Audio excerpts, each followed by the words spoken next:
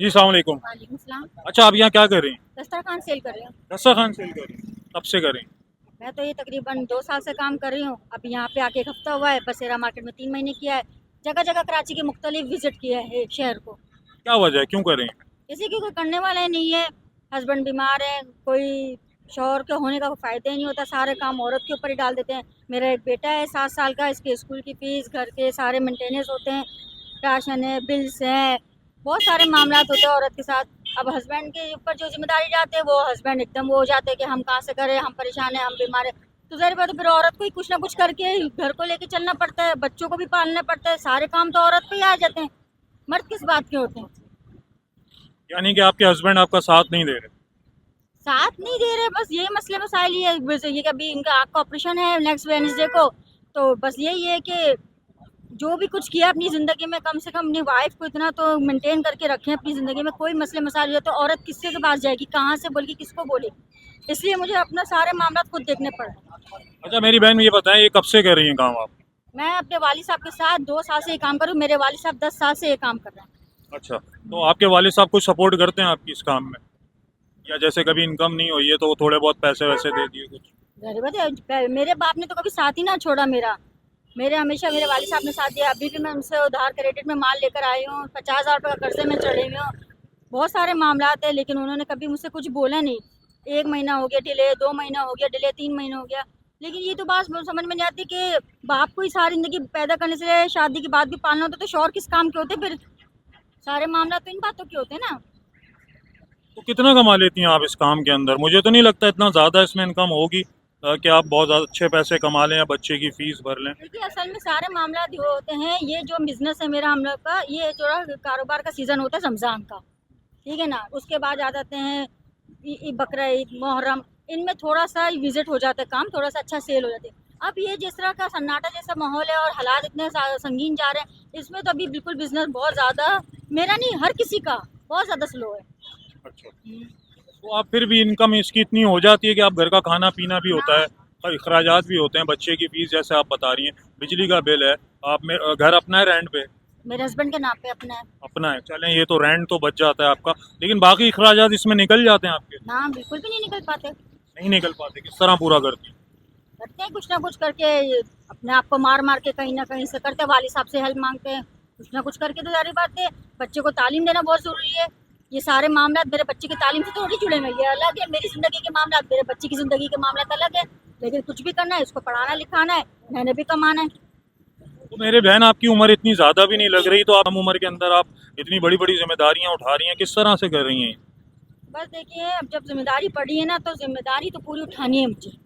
बात तो सारे मामला ये है कि मेरी एक शादी हुई, 9 साल रही, उससे मैंने लड़की ली खुला लेके, 2 साल हो गए। फिर 2 बच्चे हैं उसके साथ, एक बेटी उसे अपनी जिम्मेदारी मिली, बेटा मुझे दे दिया। फिर दूसरी शादी करी, वो हस्बैंड की एज ज़्यादा है, वो बीमार रहते हैं। फिर भी जैसे तैसे करके उनके साथ मैं लाइफ का गाड़ी चला रही। पहली अब शादी क्यों नाकाम हो गई? ज़ाहिर बात है, उनका भी यही था, कुछ भी नहीं करना, जो कर रहे थे अपने माँ, अपनी बहनों के ऊपर सारे सेल उड़ा रहे थे। मेरे को तो 9 साल में रुपये भी नहीं दिया, सारा कुछ मेरे वालिदैन ने किया। सब कुछ हम लोग खुद ही कर रहे थे। उनका तो बस एक काम ही था, उनको खाना दे दो, उनके काम कर दो, उनका देखो।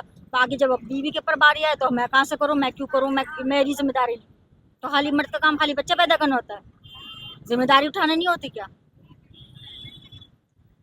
मिलते हैं अपने बच्चों से पहले हस्बैंड जो आपको? नहीं, 2.5 साल से कोई मुलाकात नहीं है। वो तो कभी इंसिस्ट करी, बोला कि मिलने का? ना ना, मैंने कोई ऐसा नहीं रखा कांटेक्ट, ना उन्होंने मुझसे रखा था। ये तो उन्होंने एकदम अचानक इनके बारे में बताया, तो उन्होंने बोला तुम रख के जिम्मेदारी उठा लो। फिर वकील से बात की तो उन्होंने ये दे दिया। अब इनकी सारी जिम्मेदारी उठा लो, ना कोई खर्चा बांधा, ना कुछ। वो कह दिया उन्होंने, मैं कोई खर्चा नहीं दे सकता। फिर भी जैसे जैसे करके, मैं माँ हूँ, ज़ाहिर बात है, 100 बातें कर लो, माँ तो माँ ही होती है। लाख बातों की थोड़ी देखेगी, वो तो उसकी औलाद है। उसको लेकर वो इस जिंदगी के बारे में तो मैं ही सोचूंगी, फ्यूचर कौन समझ लेगा उसका। सेकंड हस्बैंड है, वो उनको इन बातों से कोई लेन देन नहीं है, ना उनका खून है, ना कोई लेन देन। फिर भी हम सब बातों को इग्नोर करके इनकी जिम्मेदारी उठा रहे हैं। चलिए जी, आप देख सकते हैं इनके निजी मामलात अपनी जगह हैं, लेकिन जो आप देख सकते हैं कि बहुत ज़्यादा परेशानी में इस वक्त जो है इनके साथ, आप खुद समझ सकते हैं कि ये काम जो है इतना ज़्यादा बड़ा काम नहीं है कि जिसके अंदर ये अपने घर के अखराजात उठा सकें, अपने मामलात को चला सकें। अगर आप लोग इनकी हेल्प कर सकते हैं तो इनके हेल्प करने का बहुत अच्छा तरीका है, और मैं भी इनसे नंबर भी ले लेता हूँ। आप इनसे ऑनलाइन दस्तरखान परचेज कर सकते हैं। आप अगर पैसे नहीं दे सकते या पैसों से इनकी इमदाद नहीं कर सकते तो आप इनसे ऑनलाइन दस्तरखान परचेज़ कर सकते हैं, जिसकी वजह से इनकी काफ़ी हेल्प हो जाएगी और ये अपना घर जो है वो अच्छे से चला सकेंगी, अपने बच्चों की, अपने शौहर की किफ़ालत कर सकेंगी। जैसा कि इन्होंने बताया कि इनका शौहर जो है वो बीमार रहता है, तो इनका किस तरह से गुजारा होता होगा आप खुद ही समझ सकते हैं। आप समझदार हैं कितना महंगाई का दौर है इस वक्त, कितनी ज़्यादा महंगाई चल रही है इस वक्त, लोगों का बहुत मुश्किल हो गया गुजारा करना। उसमें ये बेचारी बहन जो है ये बड़ी मुश्किल से जो है अपना कारोबार जो है यहाँ पे चला रही हैं। मुझे नहीं लगता कि हमारे दिन के अंदर इनके कोई 4-6 दस्तरखान भी सेल होते होंगे, जिस तरह से बेचारी खड़ी हुई हैं इसी आस में कि किसी तरह दस्तरखान बिक जाए और इनके घर का मामला जो है गुसर बसर चलता रहे और अपनी ज़िंदगी जो है ये इज़्ज़त के साथ गुजार सकें।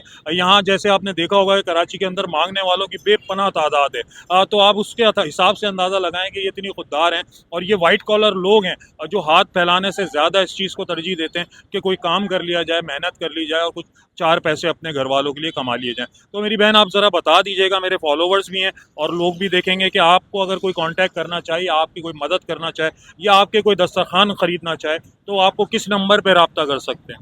मेरा अपना पर्सनल नंबर है 0332401966।